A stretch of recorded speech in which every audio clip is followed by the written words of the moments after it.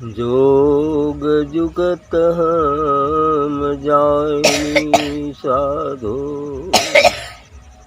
जोग जुगत हम जानी साधो, जोग जुगत हम जानी रे।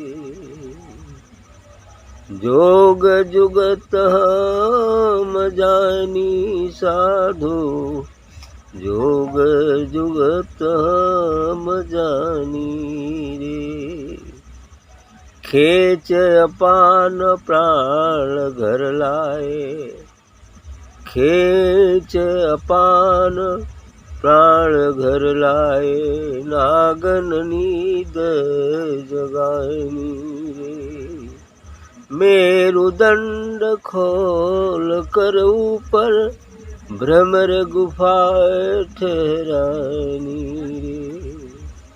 मेरुदंड खोल कर ऊपर भ्रमर गुफा ठहरानी रे। जिह्वा उलट खेचरी मुद्रा, तालु बीच लगानी रे। जिह्वा उलट खेचरी मुद्रा, तालु बीच लगानी रे। त्रिकुटी महल में ध्यान जमायो, त्रिकुटी महल में ध्यान जमायो, ब्रह्म ज्योत दर्शानी रे। ब्रह्म ज्योत दर्शानी रे। अनहद नाद बजे घट भीतर, गर्जन मेघ सुहानी रे। सुन सुन मस्त भयो मन मेरा, काया सुध बिसरानी रे। शून्य शिखर से अमृत टपके, शून्य शिखर से अमृत टपके, पीकर सुरत अघानी रे। शून्य शिखर से अमृत टपके, पीकर सुरत अघानी रे। ब्रह्मानंद स्वरूप समायो, ब्रह्मानंद स्वरूप समायो, पायो पद निर्वाणी रे। पायो पद निर्वाणी रे। जोग जुगत हम जानी साधो, जोग जुगत हम जानी रे। ब्रह्मा जी कहने कि हम जोग जुगत जानेंगे कि योग कैसे होता है। लग रहा है आपको हठ योग के साधक रहेंगे, इसलिए योग जुगत हम जानी साधो, योग जुगत हम जानी रे। कि योग जुगती उपाय कि कैसे योग होता है हम जान गए। खेच अपान प्राण घर लाए, नागन नींद जगाने रे।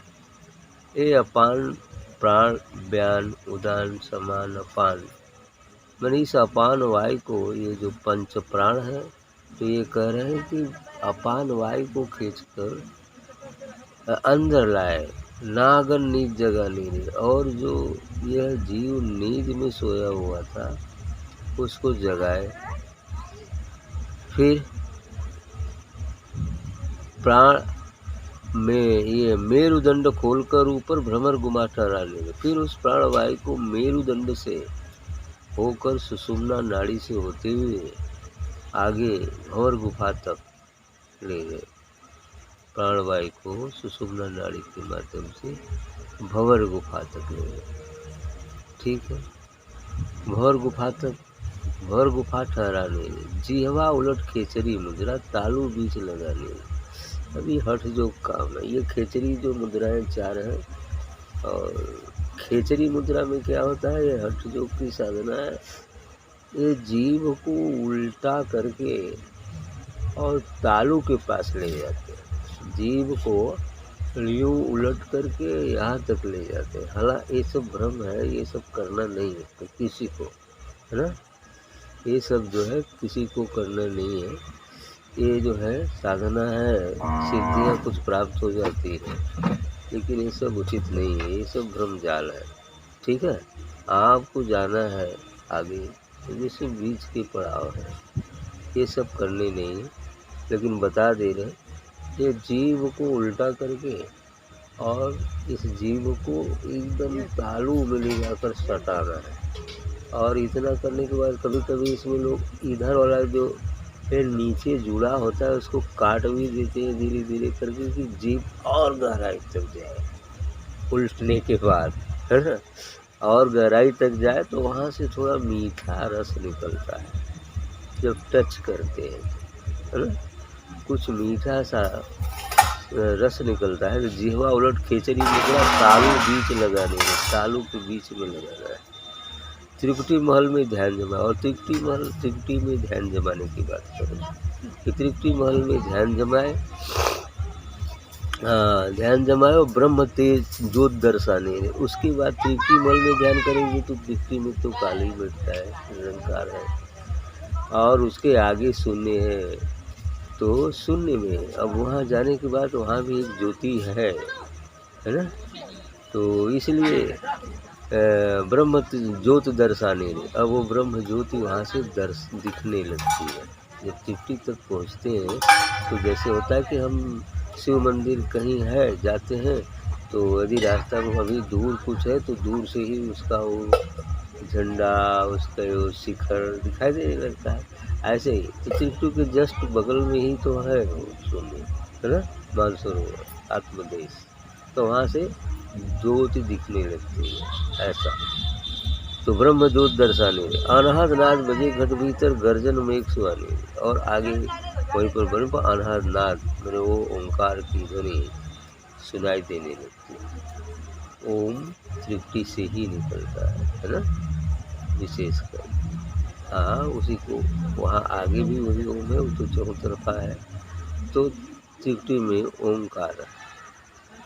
तो इस तरह ओम की ध्वनि सुनाई देने लगती है। और साथ ही ये ओम विशेष रूप से आत्मखंड वहीं से निकलता है, मैंने जहाँ आत्मा है, हमारा निज देश है, वहीं ओम माना जाए। शब्द और नाद इसी को कहते हैं, और आत्मा भी वही जो शब्द है, नाद है, नाद और आत्मा दिव्य तेजोमयी, वो दोनों प्रकाश और शब्द दो ही मार्ग है।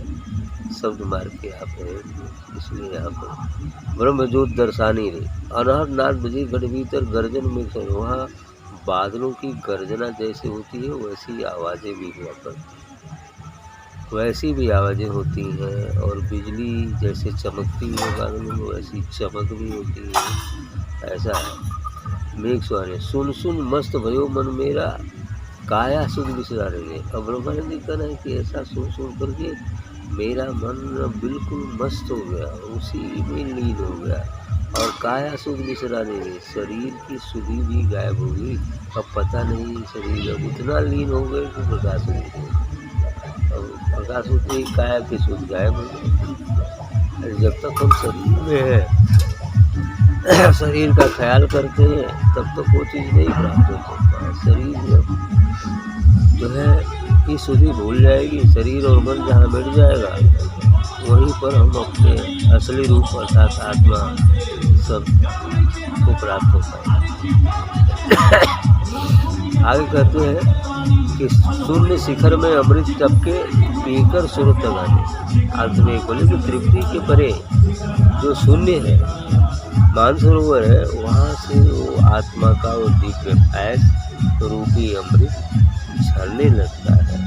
तब कहते हैं कि शून्य शिखर से अमृत टपके पीकर सूरत लगाने रे। और उस अमृत को पीकर जो हमारी सूरत है, आत्मा है, ज्ञान है, तो बिल्कुल अभाव मस्त हो। और उस मस्ती में शरीर और मन होते हुए भी गायब से हो जाते हैं। ब्रह्मानंद स्वरूप समायो पायो पद। तो ब्रह्मानंद जी का कहना है कि मैं अपने स्वरूप में समा गया, अर्थात बूंद सागर में मिल गई। ब्रह्मानंद स्वरूप समायो पायो पद निर्वाणी रे, और वह निर्वाणी पद जो वाणी में नहीं आता वह पद प्राप्त हो गया। ठीक।